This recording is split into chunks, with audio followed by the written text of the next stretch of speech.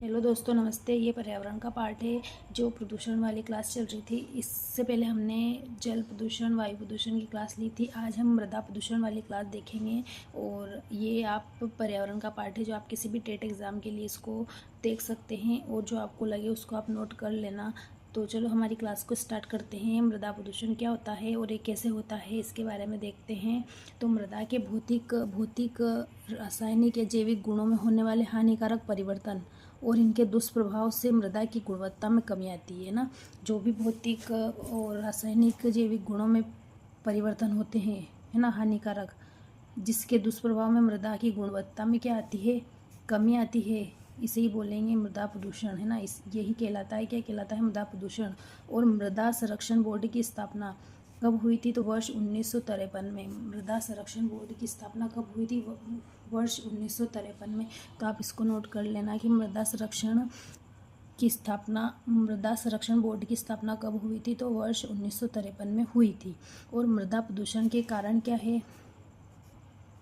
तो अम्ल वर्षा, झूमिंग कृषि, वनों की अत्यधिक कटाई भी मृदा प्रदूषण के कारण है। तीव्र गति से मृदा अपरदन, है ना, बहाव में जो मृदा बहती है वो भी मृदा प्रदूषण का कारण है। अत्यधिक उर्वरक एवं कीटनाशकों का प्रयोग, मतलब ज़्यादा खाद व कीटनाशक दवाइयों का प्रयोग करना, ये भी मृदा प्रदूषण का कारण है। अन्न अपघटनीय पदार्थ जैसे प्लास्टिक, पॉलीथीन, ई कचरा, है ना, जो क्या है कि जो मतलब ज़्यादा लंबे समय तक अपघटित नहीं होता है, ये भी मृदा प्रदूषण का कारण है ना। जैसे अस्पतालों के कचरे में मृदा प्रदूषण होता है। अस्पतालों का जो कचरा होता है उससे क्या होता है? मृदा प्रदूषण होता है। मृदा अपरदन और सिंचाई की समस्या, तो ये सभी कारण हैं मृदा प्रदूषण के, है ना। अब मृदा प्रदूषण को नियंत्रित करने के उपाय क्या है? तो इसके लिए हम क्या उपाय कर सकते हैं? तो कीटनाशी रसायनों के प्रयोग को सीमित कर समन्वित कीट प्रबंधन प्रणाली को अपनाया जाए, है ना। मतलब कुछ सीमित कर दिया जाए और समन्वित कीट प्रबंधन प्रणाली को अपनाया जाए। जैसे इंटीग्रेट पोस्ट मैनेजमेंट सिस्टम को अपनाया जाए। जैसे राइजोबियम जैसे जैव उर्वरक के उपयोग हेतु किसानों को प्रोत्साहित करना, है ना। कौन से जैव? राइजोबियम जैसे जैव उर्वरकों के प्रयोग हेतु किसानों को क्या किया जाए? प्रोत्साहित करना, जिससे मृदा की उर्वरक शक्ति में वृद्धि हो। डीडीटी व अन्य हानिकारक रसायनों को प्रतिबंधित किया जाए, है ना। डीडीटी व अन्य हानिकारक रसायनों को क्या किया जाए? प्रतिबंधित, मतलब कम किया जाए। और औद्योगिक अपशिष्टों का उचित निपटारा करने के लिए औद्योगिक अपशिष्टों का क्या करें? उचित निपटारा करें। और वेस्ट प्रबंधन तकनीकी व पुनः चक्रण प्रक्रिया का प्रयोग करना चाहिए। तो हम क्या कर सकते हैं मृदा प्रदूषण को नियंत्रित करने के लिए? तो हम जो भी उद्योग का कचरा है, अपशिष्ट है, उसका निपटारा करने के लिए वेस्ट प्रबंधन तकनीक व उनको मतलब डबल से पुनः चक्रण किया जा सकता है और प्रयोग में लाया जा सकता है ना। और डीडीटी व कुछ हानिकारक रसायनों को भी प्रतिबंधित, मतलब कम किया जा सकता है। और किसानों को राइजोबियम जैसे जैव उर्वरकों के उपयोग में के बारे में बताएं, जिससे मृदा की क्या है? उर्वरक शक्ति बढ़ती है और शक्ति में वृद्धि हो सके, है ना। और कीटनाशी रसायनों का कम से कम प्रयोग करें, है ना। तो ये भी एक प्रदूषण को क्या करेगा? नियंत्रित करेगा। और वनों की कटाई पर भी प्रतिबंध लगाकर मृदा अपरदन को रोका जा सकता है ना। वनों की कटाई भी कम करें। झूमिंग कृषि प्रतिबंध के द्वारा भूक्षरण की समस्या को कम किया जा सकता है। अब इसके बाद हम अन्य प्रदूषण को देखेंगे। तो ये अन्य प्रदूषण में है रेडियोधर्मी प्रदूषण। रेडियोधर्मी पदार्थों के विकिरण से उत्पन्न प्रदूषण को रेडियोधर्मी, है ना, रेडियोधर्मी मतलब रेडियोधर्मी पदार्थ के विकिरण से उत्पन्न प्रदूषण को क्या कहेंगे? रेडियो प्रदूषण कहते हैं। रेडियोधर्मी प्रदूषण मापन की इकाई को रोटजन है ना। रेडियोधर्मी प्रदूषण मापन की इकाई क्या है? रोटजन है। रेडियोधर्मिता की इकाई क्यूरी है। रेडियो एक्टिव पदार्थों के नाभिकीय विखंडन में अल्फा, बीटा, गामा किरणें निकलती है। रेडियो एक्टिव पदार्थों के नाभिकीय विखंडन में कौन सी किरणें निकलती है? तो अल्फा, बीटा, गामा। इन पदार्थों में स्वतः रेडियोधर्मी विकिरण निकलता है और प्रमुख रेडियोधर्मी पदार्थ प्रमुख कौन है? तो uranium, plutonium, francium, radium, actinium, thorium एवं प्रोटेटेनियम, है ना। तो ये इसमें IMP है कि रेडियोधर्मी प्रदूषण मापन की इकाई को क्या कहते हैं? तो रोटजन। इसकी इकाई का क्या है? तो क्यूरी। नाभिकीय विखंडन में क्या होता है? तो अल्फा गामा किरणें निकलती है, अल्फा बीटा गामा। और प्रमुख पदार्थ क्या है? तो uranium, plutonium, francium, tritium, actinium, thorium एवं प्रोटेनियम, है ना। इसके कारण क्या है? इसके प्रदूषण के कारण पढ़ेंगे, देखेंगे। तो परमाणु हथियारों या रिएक्टरों का उपयोग, परमाणु ऊर्जा संयंत्रों की दुर्घटना, radio isotope, C12, CO60, SR90 ETC का प्रयोग, रेडियोधर्मी रसायनों का रिसाव, है ना। तो ये सब इसके कारण है। रेडियोधर्मी प्रदूषण के प्रभाव, इससे क्या प्रभाव होता है? तो आनुवंशिक गुणों पर व्यापक प्रभाव होता है। रक्त में कैंसर, अस्थि कैंसर तथा TB, एनीमिया व रक्त स्राव आदि के कारण मृत्यु, और ऊतकों व अंगों को क्षति पहुंचाकर उनकी कार्यप्रणाली में बाधा उत्पन्न करता है। रेडियोधर्मी प्रदूषण से बचाव के उपाय क्या है? तो चश्मे आदि लगाकर UV किरणों से बचना चाहिए, है ना। जो चश्मे लगाकर UV किरणों से बचना चाहिए। और परमाणु बम के भूमिगत या अन्य प्रकार के परीक्षण पर रोक लगाई जाए, परमाणु अस्त्रों पर रोक लगाई जाए। रेडियो एक्टिव अपशिष्ट को तर्कसंगत व सही ढंग से निर्वृत्त किया जाना चाहिए। नाभिकीय रिएक्टरों से विकिरणों के विसरण को रोका जा सकता है ना। तो इसके प्रभाव में तो आया था कि आनुवंशिक गुणों पर व्यापक प्रभाव, रक्त कैंसर, अस्थि कैंसर व TB, एनीमिया, रक्तस्राव आदि के कारण मृत्यु हो सकती है। ऊतकों और अंगों को क्षति पहुंचाकर उनकी कार्यप्रणाली में बाधा उत्पन्न हो सकती है ना। तो ये सब इसके प्रभाव है। और इसके बचाव है कि चश्मा आदि लगाकर UV किरणों से बचना चाहिए। परमाणु बम को भूमिगत या अन्य प्रकार के परीक्षण पर रोक लगाई जाए, परमाणु अस्त्रों पर रोक लगानी चाहिए। रेडियो एक्टिव अपशिष्ट को तर्कसंगत व सही ढंग से निर्वृत्त किया जाए। नाभिकीय रिएक्टरों से विकिरणों के विसरण को रोका जाना चाहिए। तो यहाँ तक आपको समझ में आया होगा, और नहीं आया तो आप कमेंट जरूर करना। चलो आगे देखते हैं। अब हम ध्वनि प्रदूषण के बारे में देखेंगे। तो ध्वनि प्रदूषण कैसे होता है और ये कब ये हुआ, है ना, नियंत्रण में लाया गया। तो उच्च तीव्रता की ध्वनि जो सुनने वाले के लिए रुचिकर ना हो उसे शोर कहते हैं, है ना। जो रुचिकर ना हो, जो हमारे कानों को अच्छी नहीं लगे, उससे क्या कहते हैं?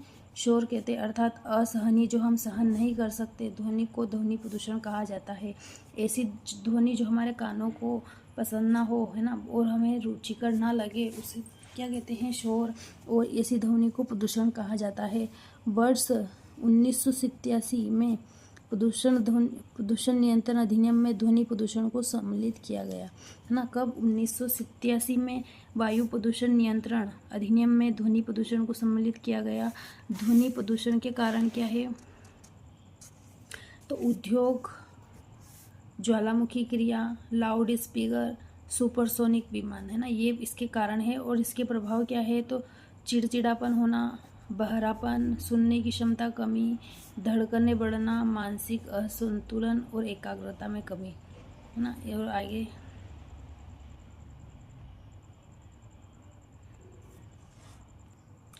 ध्वनि प्रदूषण से संबंधित तथ्य और क्या है? तो ग्रीन मफलर, यह हरे पौधे का समूह होता है जो ध्वनि प्रदूषण को अवशोषित करता है। ग्रीन मफलर क्या काम करता है?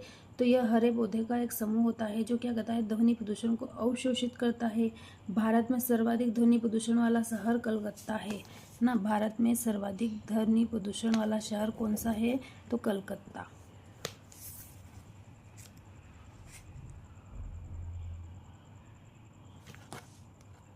इसके बाद में हम ध्वनि प्रदूषण के बारे में पढ़ लिया हमने कि भारत में सर्वाधिक ध्वनि प्रदूषण वाला शहर कलकत्ता है।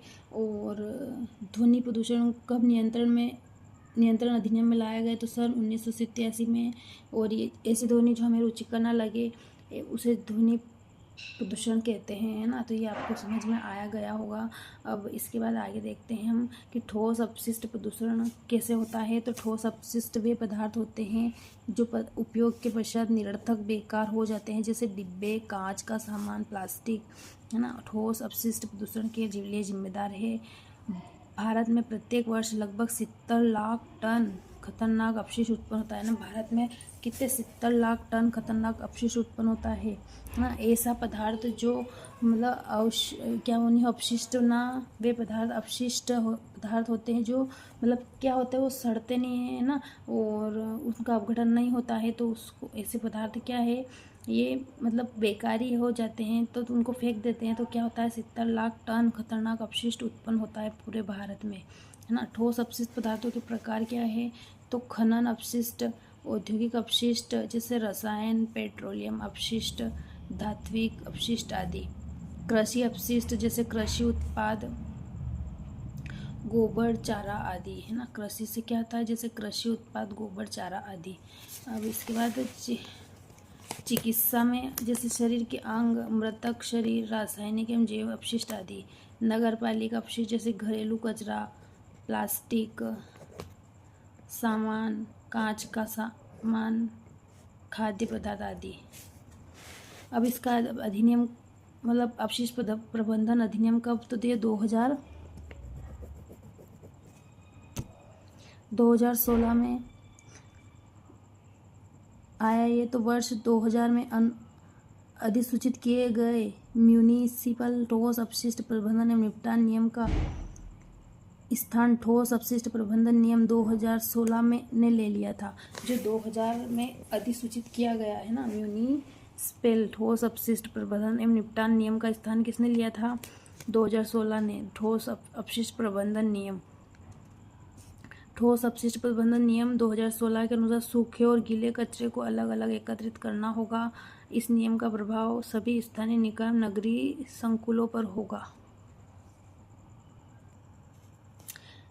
अब इसके बाद हम भूकंप, बाढ़, सूखा आदि आपदाएं प्रबंधन के बारे में पढ़ेंगे, तो आप मेरे साथ बने रहे। और हमारा मतलब प्रदूषण वाला टॉपिक अब ख़त्म हो चुका है। हमने जल प्रदूषण, वायु प्रदूषण, ध्वनि प्रदूषण पढ़ लिया है और उसके निपटान भी पढ़े हैं और उससे क्या क्या हो सकता है ये भी पढ़ा है।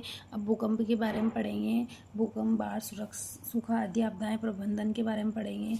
तो प्रकृति या ये कैसे आते हैं, मतलब भूकंप, बाढ़, सूखा, तो प्रकृति या मानव निर्मित वे समस्त घटनाएं जो पर्यावरण या समस्त जीव जंतुओं नकारात्मक प्रभाव डालती है ना। वह सभी प्राकृतिक घटनाएं पर्यावरण या समस्त जीव जंतुओं नकारात्मक प्रभाव डालती है, आपदाएं कहलाती है ना। जो मानव निर्मित वे समस्त घटनाएं, प्रकृति की भी हो और मानव निर्मित भी, पर्यावरण समस्त जीव जंतु नकारात्मक प्रभाव डालती, आपदाएं कहलाती है। जैसे बाढ़, सुनामी, चक्रवात, आतंकवाद, भूकंप आदि। डिजास्टर शब्द फ्रेंच भाषा के डिजास्टर से उत्पन्न हुआ है ना। जो दो शब्दों डिज मतलब अशुभ तथा एस्टर मतलब सितारा से मिलकर बना है, जिसका अर्थ है अशुभ सितारा। चरम घटना क्या है, तो प्राकृतिक अथवा मानवजनित कारणों से कभी कभी होने वाली वे घटनाएं जो प्राकृतिक प्रक्रियाओं को तेज कर मानव समाज के लिए संकट उत्पन्न कर देती है, चरम घटनाएं कहलाती है। उदाहरण भूकंप, बाढ़, सुनामी, नाभिकीय विस्फोट आदि, है ना। वे सभी घटनाएं जो क्या करती है, प्राकृतिक प्रक्रियाओं को तेज कर मानव समाज के लिए संकट उत्पन्न कर देती है ना। मानव समाज के लिए क्या संकट उत्पन्न कर देती है।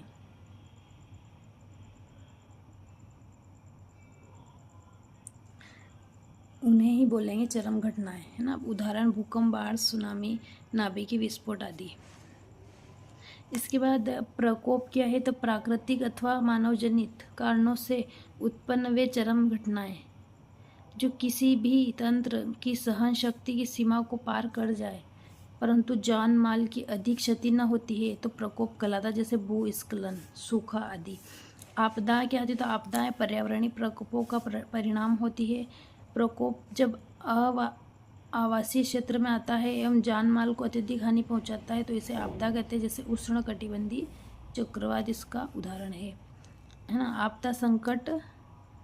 सुभेदता। उत्पत्ति के आधार आपदा दो प्रकार की होती है ना, आपदा कितनी दो प्राकृतिक आपदा है, मानव जनित आपदा है।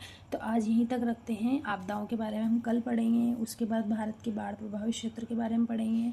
बहुत ही डिटेल और गहराई से हम पढ़ रहे हैं। ये है ना थ्योरी वाली क्लास है। और अगर आपको अच्छी लगती है तो लाइक, कमेंट और सब्सक्राइब जरूर करना। धन्यवाद।